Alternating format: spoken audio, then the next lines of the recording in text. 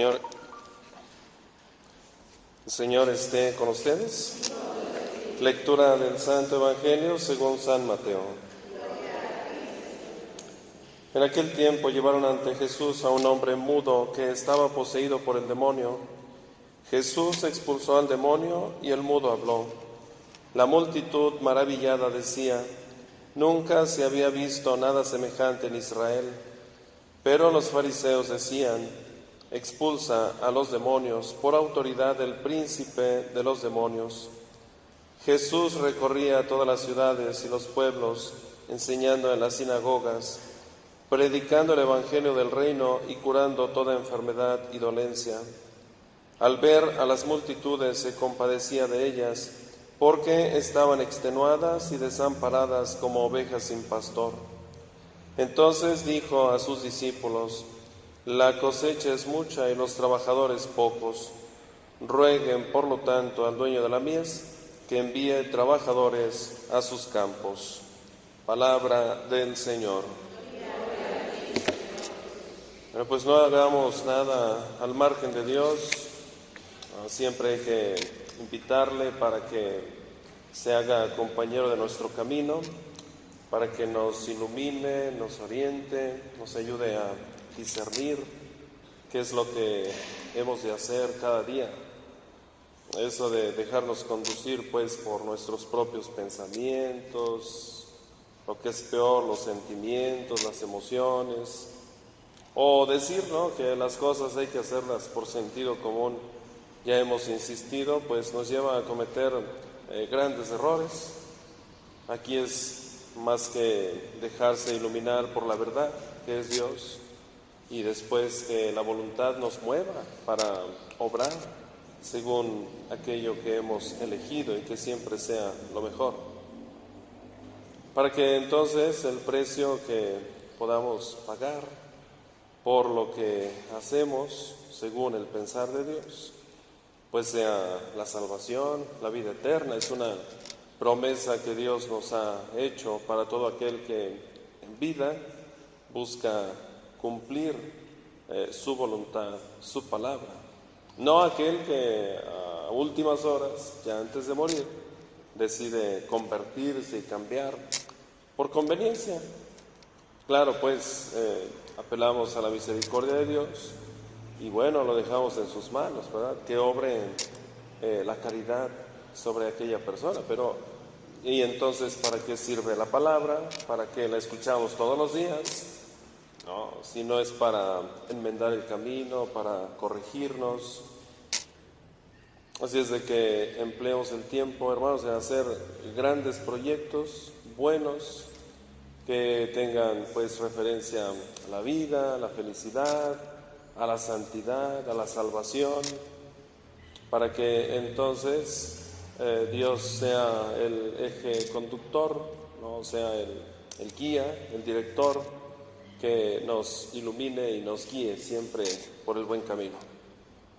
De no hacerlo así, por ejemplo, lo que dice Oseas, ¿no?, en la palabra que hemos escuchado, pues volverán a la esclavitud. Fue la sentencia que dictó el Señor Dios cuando han hecho cosas sin tomarlo en cuenta, sin considerar.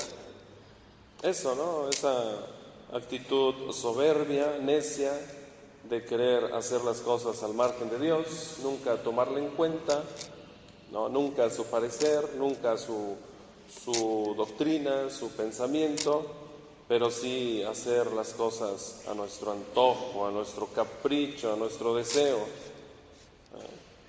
Ahí está pues el pueblo nombrando reyes, príncipes, y que con su oro y plata se han hecho nuevamente ídolos para su perdición.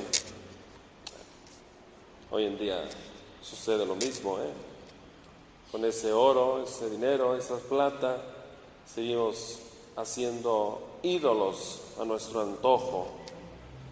Y todo ello, dice el Señor Dios, para su perdición.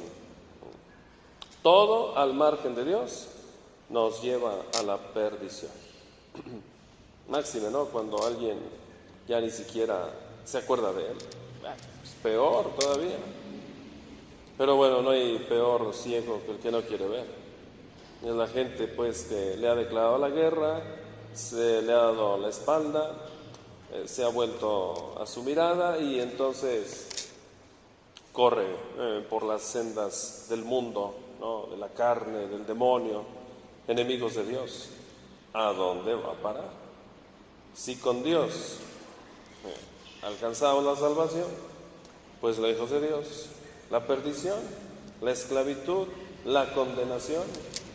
No hay términos medios, son los opuestos y el mismo Dios lo dice: o estás conmigo o estás contra mí. No. Si estás conmigo, entonces quiere decir que cumplirás mi palabra y vivirás. Y si no la cumplimos, entonces morirás. Los opuestos. Si es con Dios, vivirás. Y si no es con Dios, morirás.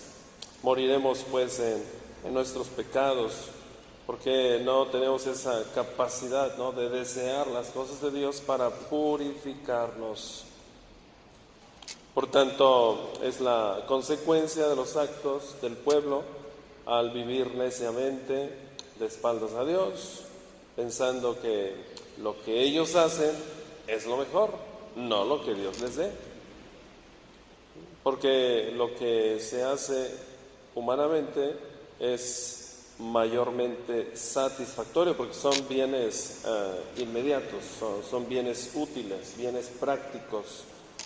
Lo que deseas, si tienes, si puedes, lo alcanzas, lo logras y prontamente lo satisfaces.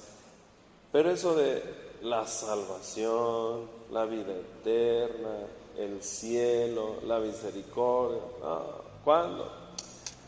Estamos pues acostumbrándonos a las realidades inmediatas, ¿no?, prácticas, aquello que satisface el vientre de forma inmediata. Eso vale, pero lo de Dios, hay que portarse bien, hay que cumplir su palabra, hay que hacer bien las cosas, y pareciera como que eso no vale, cuando es lo más grande pues que nos puede ayudar para alcanzar la salvación, ¿verdad? Por eso concluye el profeta Amós diciendo, ¿verdad?, aunque yo les escribiera todas mis leyes, las seguirían ignorando como un extraño. Y hoy en día todavía eso ocurre, ¿no? Y hablemos pues de la gente que ha tomado una decisión y se ha apartado del camino. Pero ¿y los que estamos? Los que estamos porque somos creyentes, que amamos a Dios.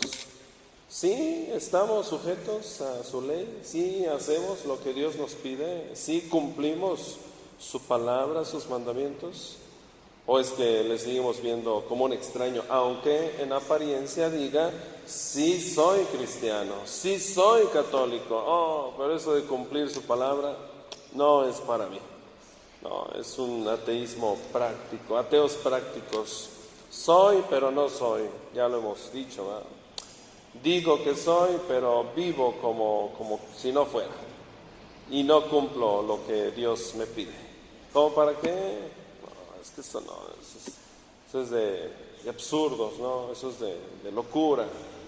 Estamos aquí para vivir la felicidad, para estar contentos, alegres. Por tanto, lo que el mundo nos ofrece, lo de Dios que espere. ¿Cuándo será el momento? ¿Cuándo será el tiempo? Cuando yo lo decida, no cuando Dios me lo pida. Pero sí lo quiero, sí lo amo y hasta hago oración y mis rezos todos los días, pero no confío en Él, porque sigo yendo, sigo participando de las cosas de la nueva era, por ejemplo, que me atrapan, me seducen, y lo que es peor, luego digo, es que también son cosas de Dios, porque nos hablan de Él. Y por tanto, allá ando coqueteando en esas cosas. Soy, pero no soy. Digo, pero no hago. Entonces, la incoherencia, ¿no? Pues el precio que se paga es muy, muy alto. Por tanto, pues termina Oseas diciendo, aunque inmolen víctimas y coman su carne, no me dan gusto, pues tengo presentes sus culpas y castigaré sus pecados. Por tanto, volverán a la esclavitud.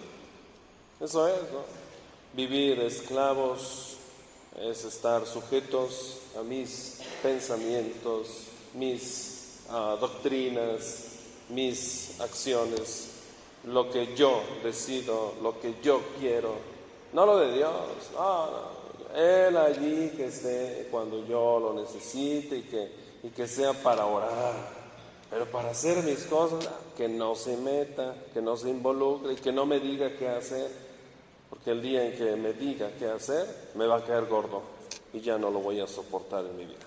No, mejor así, una relación muy intimista, a mi modo, a mi manera, según yo quiera, como yo quiera, y empiezo allí hasta a manipular a Dios. ¡Qué horror! Es un pecado gravísimo, manipular a Dios. Tremendo, pero esa es la actitud pues del hombre soberbio, esclavo. Pero al final termina de decir, pero sí lo quiero, sí lo amo. Y bueno, pues cada quien, ¿no? Es ahí en donde pues le tendremos que dar cuentas a Dios. Pues ahí está, hermanos, una propuesta. Hagamos proyectos de vida, son muy interesantes, muy importantes para saber por dónde hay que caminar. El proyecto nos da orientación, le da sentido a la vida, logramos objetivos, evaluamos la vida. Es interesante, pues que en el proyecto involucremos a Dios y entonces pensemos qué hacer según el pensar de Dios. Y eso es muy bonito porque entonces Dios nos bendecirá, Dios derramará sus gracias en nuestras vidas y nos ayudará a lograr eso que proponemos como un proyecto de vida. Que así sea.